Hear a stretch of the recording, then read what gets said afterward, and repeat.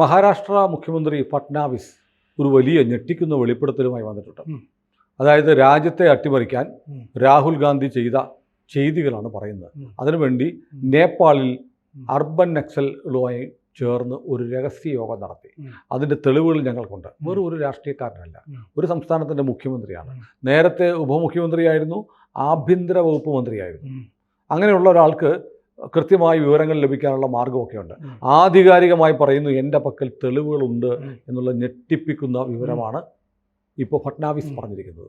ഫട്നാവിസ് തീയതിയൊക്കെ വെച്ചിട്ട് തന്നെയാണ് പറഞ്ഞിരിക്കുന്നത്. അതുകൊണ്ട് വെറുതെ തള്ളുകയല്ല. ഈ രാഹുൽ ഗാന്ധിയും കൂട്ടരും ചെയ്യുന്ന പോലെ അല്ല ഈ ചെയ്തിരിക്കുന്നത്. ഇത് അവിടെ ഈ നാഗരിക നക്സലുകളിൽ നിന്ന്, അർബൻ നക്സലുകളിൽ നിന്ന് ജനങ്ങൾക്ക് സുരക്ഷ ഒരുക്കാൻ വേണ്ടിയിട്ട് public security act bill, public security bill അവതരിപ്പിച്ചുകൊണ്ടാണ് ഫട്നാവിസ് ഇത് പറഞ്ഞത്. അതായത് ഭാരത് ജോഡോ യാത്ര നടത്തിയിരുന്നല്ലോ രാഹുൽ ഗാന്ധി. അതിൽ സോറോസിന്റെ വൈസ് പ്രസിഡന്റ് രാഹുലിന്റെ കൂടെ സലിൽ ഷെട്ടി ഉണ്ടായിരുന്നു. കർണാടകയിലെ യാത്രയിലൂടെ ഉണ്ടായിരുന്നു. സോറോസിന്റെ വൈസ് പ്രസിഡന്റ് ആണ്. Vice president Salil Shetty. അപ്പൊ രാഹുൽ ഗാന്ധി നയിച്ച ഭാരത് ജോഡോ യാത്രയില് ഈ അർബൻ നക്സൽ ഔട്ട്ഫിറ്റുകൾ, അവരുടെ സംഘടനകൾ പങ്കെടുത്തിരുന്നു. 13 സംഘടന പങ്കെടുത്തിരുന്നു. 40ഓളം ഉണ്ടെന്നാണ് തോന്നുന്നത്. അത് ഇനി പറയുമ്പോ കിട്ടും. ഭാരത് ജോഡോ യാത്രയിൽ മാത്രമല്ല, അർബൻ നക്സൽ സംഘടനകൾ, പല ഔട്ട്ഫിറ്റുകൾ നക്സലുകളുടെ പങ്കെടുത്തിരുന്നു. ആ പങ്കെടുത്ത സംഘടനകളെല്ലാം കൂടി ചേർന്നിട്ട് ഈ മഹാരാഷ്ട്ര തെരഞ്ഞെടുപ്പ് നടക്കുമ്പോൾ നവംബർ 15-ാം തീയതി കാഠ്മണ്ഡുവില് യോഗം ചേർന്നു. കാഠ്മണ്ഡുവിൽ യോഗം ചേർന്നിട്ട് ബോംബെയില് കുഴപ്പങ്ങൾ വിതയ്ക്കാൻ അവർ തീരുമാനമെടുത്തിരുന്നു. അപ്പൊ ആ വിവരം ലീക്ക് ചെയ്ത് കിട്ടിയിട്ട് കൈകാര്യം ചെയ്തു, ഒതുക്കി. മഹാരാഷ്ട്രയിൽ തെരഞ്ഞെടുപ്പ് നടക്കുമ്പോൾ BJP താഴെ പോകാൻ വേണ്ടിയിട്ട് പല അക്രമങ്ങളും അർബൻ നക്സലെ വെച്ചിട്ട് നവംബർ 15-ാം തീയതി പ്ലാൻ ചെയ്തിരുന്നു. അവിടെ മീറ്റിംഗ് ചേർന്നിരുന്നു. ഡേറ്റ് ഉണ്ട് കാഠ്മണ്ഡുവില്. ഇവിടെ ചോർന്നാലൊന്നും എഴുതിയിട്ടായിരിക്കും കാഠ്മണ്ഡു പോയി കൊണ്ടുവച്ചത്. അപ്പോൾ കാഠ്മണ്ഡു എന്ന് പറയുന്നത് നമ്മുടെ യോഗിയല്ലേ, രാജാവിന്റെ ഒക്കെ മറ്റേ തന്ത്രി മുഖ്യൻ. അപ്പൊ ഫട്നാവിസ് പറഞ്ഞു, ആന്റി ടെററിസം സ്ക്വാഡ് മഹാരാഷ്ട്രയിലെ അവര് ഈ തെരഞ്ഞെടുപ്പില് കോൺഗ്രസും സഖ്യകക്ഷികളും ടെറർ ഫണ്ട്, ഭീകര സംഘടനകളിൽ നിന്ന് പണം വാങ്ങി ഉപയോഗിച്ചതിനെ പറ്റി ആന്റി ടെററിസം സ്ക്വാഡ് അന്വേഷണം തുടങ്ങി. മഹാരാഷ്ട്രയിൽ ടെറർ ഫണ്ട് ഉപയോഗിച്ചിട്ടുണ്ട് കോൺഗ്രസും സഖ്യകക്ഷികളും. അപ്പൊ ടെറർ ഫണ്ടാണ് മറ്റേ ബിറ്റ് കോയിൻ ഒക്കെ ആയിട്ട് വരുന്നത്. അതാണല്ലോ കൂടുതലും ആ പ്ലാറ്റ്ഫോം ഉപയോഗിക്കുന്ന കൂടുതലും. ഇപ്പൊ ഇസ്രയേല് കണ്ടെത്തിയിരുന്നല്ലോ, അവർക്കെതിരായ ഫണ്ടുകളൊക്കെ വരുന്നത് ബിറ്റ് കോയിൻ വഴിയാണ് എന്നുള്ളത്. അതൊക്കെ തടം ചെയ്യാനുള്ള ശ്രമവും നടത്തിയിരുന്നു. 6600 കോടി രൂപയുടെ ബിറ്റ് കോയിന്റെ ഒരു പ്രശ്നം സുപ്രിയ സുളയ്ക്കെതിരെ ഉണ്ടല്ലോ, അവിടെ കേസുണ്ട്. അപ്പൊ ടെറർ ഫണ്ട് ഉപയോഗിച്ചിട്ടുണ്ട്. വിദേശ ഇടപെടലിന്റെ തെളിവ് കിട്ടിയിട്ടുണ്ട്, ഫോറിൻ ഇന്റർഫറൻസ് കിട്ടിയിട്ടുണ്ട്. നവംബർ 15-ാം തീയതി കാഠ്മണ്ഡുവിലെ മീറ്റിംഗിൽ രാഹുൽ ഗാന്ധി നേതൃത്വം നൽകുന്ന ഭാരത് ജോഡോ യാത്രയിൽ പങ്കെടുത്ത ആളുകൾ ഉണ്ടായിരുന്നു. പിന്നെ EVM അതിനെ സ്ഥിരമായിട്ട് എതിർത്തുകൊണ്ടിരിക്കുന്ന സംഘടനകളിൽപ്പെട്ടവരും ഉണ്ടായിരുന്നു ആ യോഗത്തിൽ. ത്രിലോചൻ ശാസ്ത്രി പോലുള്ള സെറ്റുകളെ ആയിരിക്കും ഉദ്ദേശിക്കുന്നത്. അസോസിയേഷൻ ഫോർ ഡെമോക്രസി എന്നൊക്കെ പറഞ്ഞിട്ട് സൊറോസ് സംഘടനകളുണ്ടല്ലോ. പിന്നെ ബാലറ്റ് ഉപയോഗിക്കണം, പേപ്പർ ബാലറ്റ് ഉപയോഗിക്കണം എന്ന് ആവശ്യപ്പെടുന്ന ആളുകൾ ഉണ്ടായിരുന്നു മഹാരാഷ്ട്രയിൽ, BJP ഭരണമുള്ള സംസ്ഥാനങ്ങളിലും ഒക്കെ. എന്നിട്ട് ഇത്തരം കാര്യങ്ങളൊക്കെ ആ നവംബർ 15-ലെ കാഠ്മണ്ഡു യോഗത്തിൽ ചർച്ച ചെയ്തതായിട്ട് ഫട്നാവിസ് നിയമസഭയിൽ വെളിപ്പെടുത്തി. രാഹുൽ ഗാന്ധി കഴിഞ്ഞ ലോക്സഭാ തെരഞ്ഞെടുപ്പിന് മുമ്പാണ് ഭാരത് ജോഡോ യാത്ര നടത്തിയിരുന്നത്. ഫട്നാവിസ് പറഞ്ഞു, രാഹുൽ ഗാന്ധിയുടെ യാത്രയിൽ 180 സംഘടനകളാണ് പങ്കെടുത്തിരുന്നത്. അതിൽ 40 എണ്ണം ഈ നാഗരിക നക്സൽ, അർബൻ നക്സൽ സംഘടനകളാണെന്ന് കോൺഗ്രസ് NCP സർക്കാരിൻ്റെ കാലത്ത് മുൻ ആഭ്യന്തരമന്ത്രി RR പട്ടേൽ തന്നെ വ്യക്തമാക്കിയിരുന്നതാണ് അന്ന്. 2014 ഫെബ്രുവരി 18 മൻമോഹൻ സിംഗ് സർക്കാരിൻ്റെ കാലത്ത് കേന്ദ്രം ലോക്സഭയിൽ 72 ഈ നക്സൽ സംഘടനകളെ പറ്റി പറഞ്ഞിരുന്നു, ഭീകര സംഘടനകൾ 72 എണ്ണത്തിൻ്റെ പട്ടിക പറഞ്ഞിരുന്നു. അതിൽ 7 എണ്ണം ഭാരത് ജോഡോ യാത്രയിൽ പങ്കെടുത്തിരുന്നു. അന്ന് വെളിപ്പെടുത്തിയതിൽ പങ്കെടുത്തിരുന്നു. ഫട്നാവിസ് പറഞ്ഞു ഈ മഹാവികാസ് അഘാഡി അവർക്ക് വേണ്ടി ഈ നിയമസഭാ തെരഞ്ഞെടുപ്പിൽ ഇവരും പ്രചാരണ രംഗത്തുണ്ടായിരുന്നു. ഈ ഫ്രണ്ടൽ ഓർഗനൈസേഷൻ നമ്മളൊക്കെ പറയുന്നത് കരുതി വെച്ചിരിക്കുന്നത് ഈ ജോഡോ യാത്ര എന്ന് പറഞ്ഞാൽ കോൺഗ്രസ്സുകാർ മാത്രം പങ്കെടുത്താണെന്ന്.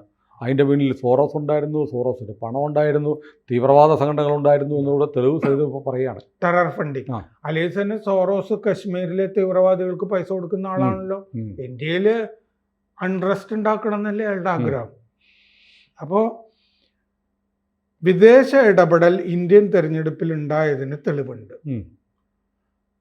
പ്രതിപക്ഷം അവരുടെ തോള് മറ്റുള്ളവർക്ക് ചാടി കയറാൻ വേണ്ടി താഴ്ത്തി കൊടുത്തുകൊണ്ടിരിക്കുകയാണ് എന്ന് ഫട്നാവിസ് പറഞ്ഞു. ഈ സ്പെഷ്യൽ പബ്ലിക് സെക്യൂരിറ്റി ആക്ട് ആണ് മഹാരാഷ്ട്ര ഇപ്പം നടപ്പാക്കുന്നത്. അപ്പോഴാണ് ഈ അർബൻ നക്സലിസത്തിൽ നിന്ന് ജനതയെ മോചിപ്പിക്കാൻ വേണ്ടിയിട്ടാണ് ആ നിയമം അവിടെ പാസ്സാക്കുന്നത്. പിന്നെ ഇത്തരം നഗര കേന്ദ്രങ്ങളിൽ ഈ നക്സൽ സാന്നിധ്യം ഒഴിവാക്കാൻ ഉള്ള നടപടികളാണ് അതിൽ വരുന്നത്, ഈ ആക്റ്റിൽ വരുന്നത്. അല്ല, ഇതിൽ നിന്ന് വ്യക്തമാകുന്നൊരു കാര്യം, ഈ എല്ലാ രാഷ്ട്രീയ പാർട്ടികൾക്കും അധികാരം ലക്ഷ്യമാണ്. അധികാരത്തിന് വേണ്ടി അവർ ജനങ്ങളുടെ പ്രീതി പിടിച്ചു പറ്റാൻ ശ്രമിക്കും, ജനങ്ങളുടെ ക്യാമ്പയിൻ ചെയ്യും, എന്നിട്ട് മത്സരിക്കും. അതാണ് ചെയ്യുന്നത്. പക്ഷേ ഇവിടെ അങ്ങനെയല്ല.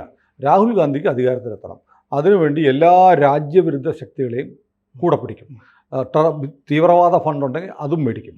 അപ്പോൾ യഥാർത്ഥത്തിൽ അധികാരത്തിൽ കയറാൻ വേണ്ടി ഇങ്ങനെ തീവ്രവാദികളുടെയൊക്കെ പണം വാങ്ങി രാഹുൽ ഗാന്ധി എങ്ങാനും ജയിച്ച് പ്രധാനമന്ത്രിയായാൽ പിന്നീട് അതിൻ്റെ പിന്നിലിരുന്ന് രാഹുലിനെ ഈ രാജീവ് എന്നാ ഞാൻ പറഞ്ഞല്ലേ, രാഹുൽ ഗാന്ധിയെ നിയന്ത്രിക്കുന്നത് ആരായിരിക്കും?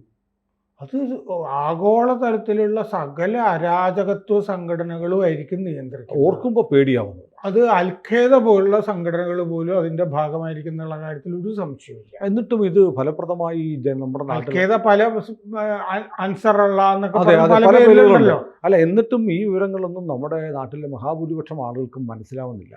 അവരെ മനസ്സിലാക്കിക്കാൻ ആരും ശ്രമിക്കുന്നില്ല. അതൊരു വലിയ കാര്യമാണ്. ഭരണകക്ഷി എന്ന നിലയിൽ ഇപ്പോൾ ഈ സോറോസിൻ്റെ കാര്യങ്ങൾ, സോറോസിനെ നമ്മുടെ നാട്ടിൻപുറത്തെ കേശവൻ നായർക്കും സ്കറിയാച്ചനും ജമാലുദ്ദീനും ഒക്കെ അറിയാമോ? ഇല്ല. ഇത് വലിയ ഒരു കാമ്പയിനാക്കി നമ്മുടെ രാജ്യത്തെ തെരഞ്ഞെടുപ്പ് പ്രക്രിയയെ അട്ടിമറിക്കാൻ വേണ്ടി ആരൊക്കെ എങ്ങനെയൊക്കെ പ്രവർത്തിച്ചു, അവരുടെ കയ്യിലെ പാവയായി രാഹുൽ അല്ലെങ്കിൽ പ്രിയങ്ക, അതും അല്ലെങ്കിൽ കോൺഗ്രസ് എങ്ങനെ മാറി എന്നത് ഒന്ന് തുറന്നു കാട്ടേണ്ടതാണ്. ആളുകളെ ബോധവൽക്കരിക്കേണ്ടതാണ്.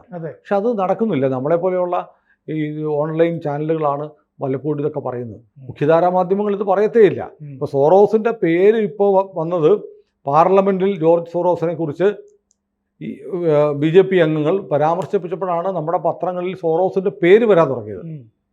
അപ്പോൾ ഇതൊരു വലിയ ഒരു നിർഭാഗ്യകരമായ മാധ്യമങ്ങൾ സോറോസിൻ്റെ പേരൊന്നും പറയാറില്ല. ഇപ്പോഴാണ് വേറെ ചില കാര്യങ്ങളൊക്കെ നമ്മൾ അടിയന്തരാവസ്ഥ കാലത്ത് നടന്ന അക്രമങ്ങൾ, ഇത്തരം കാര്യങ്ങളൊക്കെ കുറേശ്ശെ വരുന്നത് ഈ മറ്റേ ലോക്സഭയിലൊക്കെ പരാമർശിക്കുന്നതുകൊണ്ട് മാത്രമാണ്. അല്ലെങ്കിൽ ഇതൊക്കെ മൂടി വെക്കും. അതെ, ജോർജ് സോറോസിന്റെ കയ്യിൽ നിന്ന് വേറെ തരത്തിലൊക്കെ ഈ മാധ്യമങ്ങൾക്കും ഒക്കെ പൈസ വരുന്നുണ്ടാവും. അതെ, നമ്മളെയൊക്കെ സംബന്ധിച്ചുള്ള പ്രശ്നം വെച്ചാൽ നമ്മൾ ഈ സോറോസിനെതിരെ നമ്മളൊരു വീഡിയോ ചെയ്താൽ സംഭവിക്കുന്നത് നമ്മുടെ വീഡിയോയുടെ റീച്ച് കുറയും. അത് മനഃപൂർവ്വം യൂട്യൂബും ഒക്കെയായി ബന്ധപ്പെട്ടോ അല്ലെങ്കിൽ ഗൂഗിളൊക്കെ സോറോസിൻ്റെ കയ്യിലാണ്. അമേരിക്കൻ തെരഞ്ഞെടുപ്പിൻ്റെ സമയത്ത് ട്രംപിനെ കുറിച്ചൊരു സാധനം നോക്കിയാൽ ട്രംപിനെതിരെയുള്ള സാധനങ്ങൾ മാത്രമേ ഗൂഗിളിൽ കിട്ടുള്ളായിരുന്നു. മനഃപൂർവ്വം ചെയ്തതാണ്. അതേസമയം കമലാ ഹാരിസിനെ കുറിച്ച് ചോദിച്ചാൽ കമലാ ഹാരിസിൻ്റെ എല്ലാ നല്ല വശങ്ങളും പുകഴ്ത്തുന്ന ഒരുപാട് ആർട്ടിക്കിൾസ് കയറി വരും. അത് ജോർജ് സോറോസ് എന്താണെന്ന് വെച്ചാൽ ധാരാളം മാധ്യമങ്ങളിൽ അയാൾ ഇൻവെസ്റ്റ് ചെയ്തിട്ടുണ്ട്. വലിയ മാധ്യമങ്ങളിലൊക്കെ ഇൻവെസ്റ്റ് ഏതായാലും രാഹുലിന്റെ പേര് വരുന്നത് ജെഫ് ബിസോസ് ഈ വാഷിങ്ടൺ പോസ്റ്റിലോ മറ്റോ ഒക്കെ നിക്ഷേപിച്ച കാര്യം മാത്രമേ പറയുള്ളൂ. സോറോസിന് ലെമോണ്ടേ പോലെ പല മാധ്യമങ്ങളുടെ അകത്തുമൊക്കെ നിക്ഷേപമുണ്ട്, വലിയ അറിയപ്പെടുന്ന മാധ്യമം. അതെ, ഏതായാലും രാഹുൽ ഗാന്ധി നമ്മുടെ പ്രതിപക്ഷ നേതാവാണ്, MP ആണ്, വയനാട്ടിൽ നിന്ന് വരെ ജയിച്ചു പോയ ആളാണ്. പക്ഷേ അദ്ദേഹം ചെയ്തുകൊണ്ടിരിക്കുന്നത് ഈ രാജ്യത്തെ മുടിക്കാൻ, എനിക്ക് ഭരിക്കാൻ കഴിഞ്ഞില്ലെങ്കിൽ ഈ രാജ്യം മുടിഞ്ഞു വെണ്ണീറാവണം എന്ന് കരുതുന്ന ഒരു പൈശാചിക സ്വത്വമുള്ള ഒരു രാഷ്ട്രീയ നേതാവായി രാഹുൽ ഗാന്ധി ഓരോ നിമിഷവും തുറന്നു കാട്ടപ്പെടുകയാണ്. ബംഗാളിൽ ആ മേയറും മന്ത്രിയുമായിട്ടുള്ള ആള് പറഞ്ഞു കഴിഞ്ഞ ആഴ്ച ബംഗാൾ താമസിയാതെ മുസ്ലിം ഭൂരിപക്ഷ സംസ്ഥാനമാകും എന്ന് പറഞ്ഞ പോലെ രാഹുൽ ഗാന്ധി എങ്ങാനും വന്നു കഴിഞ്ഞാൽ ഈ രാജ്യത്തിൻ്റെ ഡെമോഗ്രഫി മാറും. മൊത്തം രോഹിംഗ്യകളെ കൊണ്ടൊക്കെ പല സ്ഥലമൊക്കെ നിറയും. 5 ലക്ഷം പേരും കൂടി വരാനുണ്ട്. വോട്ട് ഇങ്ങോട്ടല്ല, ബംഗ്ലാദേശിലേക്കാണ് ആദ്യം വരിക. അവിടെ നിന്ന് ഇങ്ങോട്ടൊക്കെ കടക്കുമല്ലോ, പശ്ചിമ ബംഗാളിലേക്കൊക്കെ കടക്കും.